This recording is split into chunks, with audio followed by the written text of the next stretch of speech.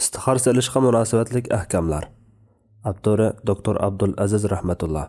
Istixora kishi ikkilangan bir yoki bir qancha ishdan eng xayrlik bo'lganiga yo'l ko'rsatishni Allohdan tilashdir. Istixoraning maxsus duosi va namozi bor. Islom dini musulmonlarga har qanday bir ishni boshlashdan burun istixora va maslahat selishni tavsiya qilgan. Hatto istixora salgan aldanmas, maslahat salgan pushaymon emas deyilgan. Istixora selishning hikmati. Allah Taala müminlarni bu ishni qilsam natijasi qandoq bo'lar yoki bu ishni qilsam yaxshimi, qilmasammi deb ishlarda ikkilanib qolib, nima qilishni bilolmay qolganda, burun jahiliyat davridagilar qilib kelgan pal selish va shumliq his qilishdek nachar ishlarning o'rniga istixora selishga buyurgan. Istixora islom aqidasi bilan zich bog'langan. Chunki musulmon banda butun ishlarning Janobi Allohning ilkida ekanligiga, Janobi Allohning hamma ishlarni xolig'ini bo'yicha taqdir qilib, xolig'ini bo'yicha bartaraf qiladiganligiga keskin ishonadi. Inson bo'lsa, Janobi Alloh yaratgan ojiz bir maxluq. G'aybni bilolmaydi. Qaysi ishda foyda, qaysi ishda ziyon borligini ayriy olmaydi. Shunga Alloh taolo istixora selishni ko'rsatib berish orqali bir tarafdan bandalarni o'ziga yelinishni o'rgatsa, yana bir tarafdan ularni texmo xayrlik yo'llariga muyassar qilish fursatini bergan. Janobi Alloh aytadi: Alloh xohlaganini yaratadi va tanlaydi. Tanlash huquqi ularda emas. Alloh pokdir. Ularning sherik keltirganlardan ustundir. Parvardigoring ularning dillarida yoshirin tutganlarini va og'izlarda deganlarini bilib turdi. U Allohdir. Uningdan bilak hech ma'bud barhaq yo'qdir. Dünya va oxiratda jami hamd sana Allohga mansubdir. Hukm chiqarish Allohga xosdir. Sizlar Allohning dargohiga qaytarilsizlar. Qasas surasi 68-oyatdan 70-oyatlargacha. Shunga ba'zi olimlar kishi dunyolik har qanday bir ishga 2 rakat istixora namozi o'qimay turib qadam qo'ysa bo'lmaydi degan. Albatta, hozirgi zamonda musulmonlarning kundalik turmushidan bu alohida ibodatning yo'qolib ketishi, ularning islom ko'rsatmalaridan umuman yiroqlashib ketganligining bir alomati bo'lsa kerak. Bo'lmasa ular bunday foydali bir ibodatni tashlab qo'yarmidi? Bu ibodatning foydasining naqadar cho'ng ekanligini tushunganda, odatdagi ishlarda emas, balki turmushimizda burilish xarakterlik o'zgarish paydo qiladigan muhim qarorlarni olganda istixora salmaganlikdan tortayotgan ziynimizning og'irligini his qilg'il bo'lsa kerak. Asri saodatdagi peshqadam salaf solihlarimiz istixora selishning qadriga yetgan va foydasini ko'rgan. Buning ba'zi bir misollarni olib o'taylik. Hazrati Anas radhiyallohu anhu rivoyat qilishicha, Zaynab radhiyallohu anhaning iddati to'shqandan keyin payg'ambar sallallohu alayhi va sallam Zayd radhiyallohu anhuga menga elchi bo'lib borag'in degan. Zayd berib uningga: "Ey Zaynab, xush xabar.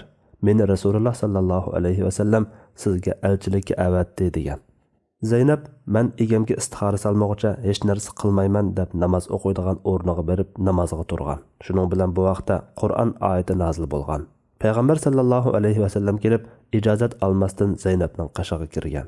Buningdan ayol kishining elchiga javob berishdan burun istixora salib, duo qilishning mustahabligi chiqadi.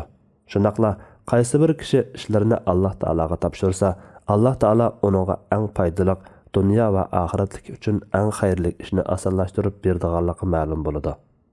Imom Navaviy rahmatullohi alayh bu hadisni sharhlab, bu hadis foydali ko'ringan ish bo'lsin yoki undaq bo'lmasin, har qanday bir ishni qilmoqchi bo'lgan kishining istixora namozi o'qishning mustahabligini ko'rsatadi deydi.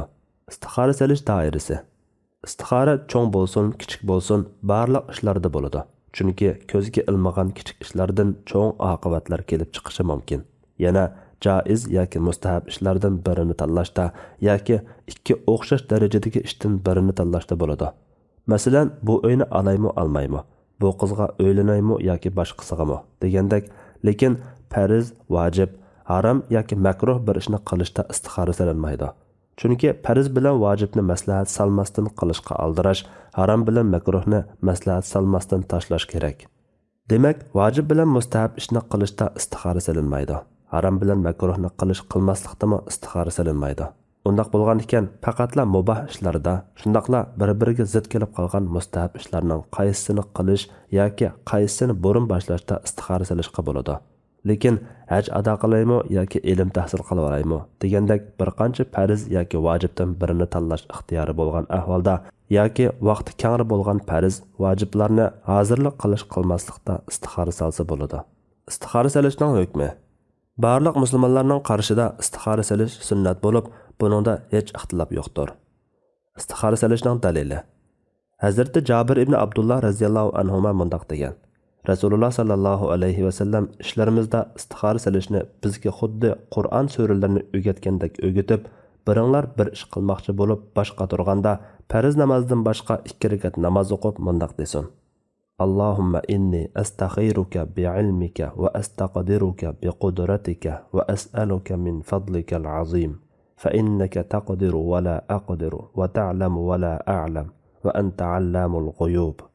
اللهم إن كنت تعلم أن هذا الأمر خير لي في ديني ومعاشي وعاقبة أمري أو عاجل أمري وآجله فاقدره لي ويسره لي ثم بارك لي فيه وإن كنت تعلم أن هذا الأمر شر لي في ديني ومعاشي وعاقبة أمري أو في عاجل أمري وآجله فاصرفه عني واصرفني عنه وقدر لي الخير حيث كان ثم أرضني.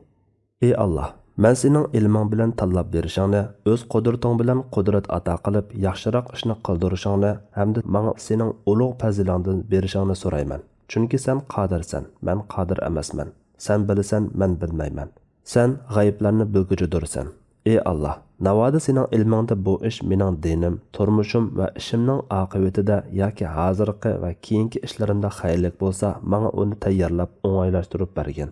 Anda menga u ishda barakat ato qilgan. Navoda sening ilmingda bu ish menga dinimda, turmushimda va ishlarimning oqibatida yoki hozirgi va keyingi ishlarimda yomonlik bo'ladigan bo'lsa, meni uningdan yiroq qilgan. Unimi mendan nari qilib, uni kallamdan chiqarib atgan. Qayerda bo'lsa bo'lsin, menga xayrlikni putgin. Keyin meni shu xayrlik ishni qilishga rozi qilgan, desin. Oxirida o'zining hojatini aytib o'ssin deydi. Bu hadisda istixora silishni xuddi Qur'ondagi bir surani o'rgatgandek o'rgatadi deb Qur'on surasiga o'qitishdagi sababni olimlar mundaq izohlagan. Barliq namozlarda Qur'on o'qishga ehtiyoj bo'lgandek, butun hayotda istixora silishga ehtiyoj borligini bildirish va yana istixora duosini aynan belgilab berib, kishilarning istixora salganda o'zlari xohlagancha duo qilmay, belgilangan duoni qilishni bekitishdir. Bu istixorani Qur'on va namozga o'xshatganlikdir. Bu istixoraning ahamiyatini ko'rsatadi. Buningdan istixora duosining aynan belgilanganligi ma'lum bo'ladi. Amaliyotda istixora duosi mazmun jihatdan mo'l va to'liq bo'lg'achqa, uningga biror jumla so'z yoki ibora qatish hojatsizdir. Yoki mundoq qilib aytganda, istixora silish Alloh taoladan xayrli ishni tanlab berishni talab qilish turuqliq. Alloh taolo istixora silishga eng xayrli kalimalarni payg'ambari orqali bizga tanlab bersa, uning o'rniga boshqacha iboralarni yoki usullarni tanlab olish bema'nilik bo'ladi. Istixora silish usullari. Istixora silish niyati bilan 2 rakat nafl namoz o'qib, namozdan keyin yoki namozning ichida yuqorqi duoni o'qish orqali istixora silinadi. Istixora duosini namozning ichida salom berishdan burun o'qisimi yoki salom bergandan keyin o'qisimi joizdir. Imom Ibn Taymiya rahmatullohi alayhi qatorliq ba'zi olimlar payg'ambar sallallohu alayhi va sallam duoni ko'pincha salomdan burun qiladi deb qarab, istixora duosini at-tahiyyatuni o'qib bo'lib, durud o'qigandan keyin o'qib, andan salom berishni muvofiq deb tanlagan. Yana ba'zi olimlar salom berib bo'lgandan keyin o'qiydi degan. Hafiz Ibn Hajar hadisdan duoning namozdan keyin o'qiladiganligi ko'rinadi. Namoz ichida o'qisimi to'g'ri bo'lish ehtimolligi bor. Yana namozda qilish kerak bo'lgan duodan keyin qilish ehtimolligi bor. Chunki namozda sajdada va tashahhudda duo qilinadi deydi. Buningdan namozdagi sajda va tashahhudda odatda qiladigan duolarni qilib bo'lgandan keyin bo'libmi sajda qilganda istixora duosini o'qisa bo'ladiganligi chiqadi. Yaxshisi hadisning andin degan ifodalashi bo'yicha istixora duosini namozdan keyin qilishdir. Uning ustiga ko'pincha kishilar istixora duosini yodi bilmaydi. Yuqorida istixora duosining Qur'on suralariga o'xshatilganligi, uni xohlagan yo'sinda qilib olishga bo'lmaydiganligi bayon qilindi. Undaq bo'lgan ekan, kishilar namozdan salom berib bo'lganda biror qog'ozga yozib olgan istixora duosini aynan o'qib istixora salsa muvofiq. Bo'lmasa, namozda istixora duosini yodi o'qiy olmay, yo qog'ozga qarab o'qiy olmay qoladi. Istixora duosini namozni o'qib bo'lib, bir oz zikr tasbih aytib bo'lib o'qisimi bo'ladi. Ya'ni namoz o'qib bo'lib, ozroq vaqt o'tgan bo'lsa-mu, istixora duosini o'qib, istixora salsa bo'ladi. imom ayni hadisdagi andin degan so'z bak o'zirab ketmagan holda namozdan keyin sal kechikib duo qilsami istixoraga ta'sir qilmaydiganligini ko'rsatadi degan. Istixora namozida o'qiladigan oyatlar. Istixora namozida muayyan bir sura yoki oyat o'qish belgilanmagan. Buningga asosan har 2 rakatda Fatihadan keyin bir sura yoki 3 oyat miqdorida bilginicha oyat o'qisa bo'ladi. Ba'zi olimlar birinchi rakatga Fatihadan keyin Kafirun surasini, ikkinchi rakatga Ixlos surasini o'qish mustahab degan. Chunki bu suralar bilan yuqoridagi istixora duosi Allohga ixlos qilish, yelinish va uningga muhtoj ekanligini his qildirish qatorliq jihatlardan birdaklikka ega bo'lg'achqa Allohdan yordam talab qilishga texmi munosib bo'ladi. Namoz bilan istixora qilish, namoz o'qish makruh bo'lgan chog'lardan boshqa har qanday vaqtda joiz bo'ladi. Ammo faqat duo bilan istixora qilish har qanday vaqtda joizdir. Namoz o'qimay duo bilan istixora qilish. Agar istixorani namoz o'qib duo qilib saralmasa, faqat duo qilsami bo'ladi. Ba'zida hayzdor ayollar shundoq ahvolga duch keladi. Chunki hayz mazgilida namoz o'qiy olmaydi. Yana namoz o'qish cheklangan vaqtlarda namoz o'qishga bo'lmaydi. Bundaq darhol istixora qilishga duch kelgan ahvolda faqat istixora duosini o'qib salsami bo'ladi.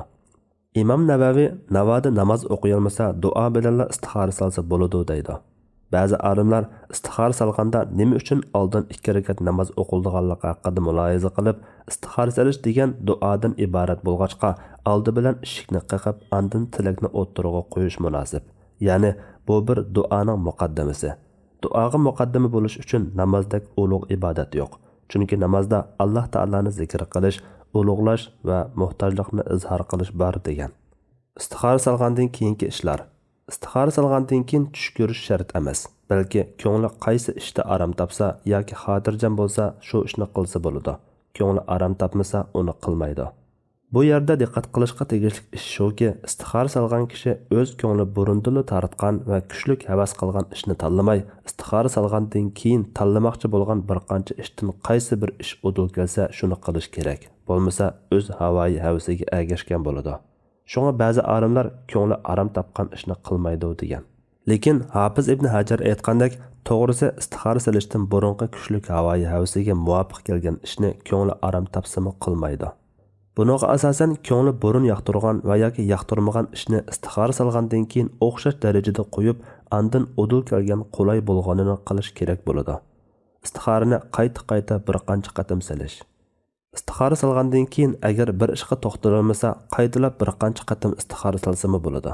Imom ayni istixora namozini va duosini qayta takrorlash mustahabdir degan. Payg'ambar sallallohu alayhi va sallam duo qilsa qayta 3 qatim takrorlab qiladi.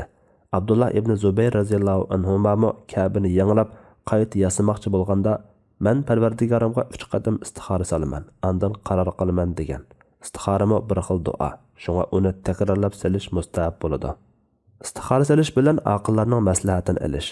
Ba'zi kishilar yana ba'zilarga qaraganda texmi aql, texmi bilimlik, hayot tajribasi mo'l, hikmatlik va tadbirlik bo'ladi. Bu Alloh taolaning ba'zi bandalariga beradigan fazlidir. Alloh o'z fazlini xohlagan bandasiga beradi.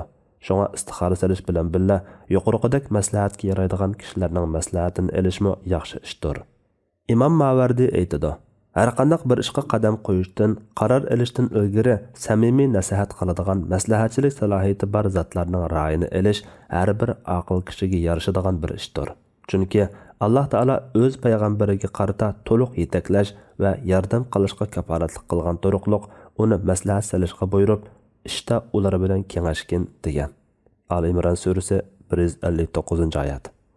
Imom Navaviy aytadi: istixora salishdan burun xolis nasihat qiladigan tajribalik, dindor, bilimli kishiga maslahat salish mustahabdir. Alloh taolo ishda ular bilan kengashgin degan. Maslahat salib, uning foydali ish ekanligi ma'lum bo'lsa, andin istixora saladi. Maslahatini olishga bo'ladigan kishilarning sifatlari tuvandagicha. 1.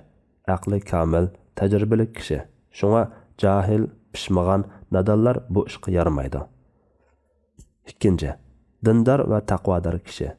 Diyonatlik, taqvodor kishiga maslahat salgandila ko'ngli xotirjam bo'ladi. Chunki u sir oshkorlamaydi, xato yo'l ko'rsatmaydi. 3. Do'st birodarlardan bo'lishi. Chunki do'stlik bo'lganda qarshi tarafning ahvolini yaxshi tushunish fursati bo'lganlikdan to'g'ri maslahat bera oladi. 4. ko'ngli xotirjam kishi bo'lishi, diqqati chechilgan, g'amga cho'mgan bir kishiga maslahat salsa, to'g'ri maslahat berilmay qoladi. 5. G'arazlik bo'lmasligi. Chunki maslahat bergan ishida biror g'araz yoshiringan ahvolda u kishi o'z manfaatini ko'zlab maslahat beradi. Yuqorqi 5 sifat topilgan kishi maslahat berishga salohiyatlidir. Shunga bundaq bir kishini topalasang, o'zingning qarashini to'g'ri deb turib olmay, uning maslahatini olganing eng to'g'ridir. Allah eng to'g'risini bilguchidir. Sajiya Islom tadqiqot markazi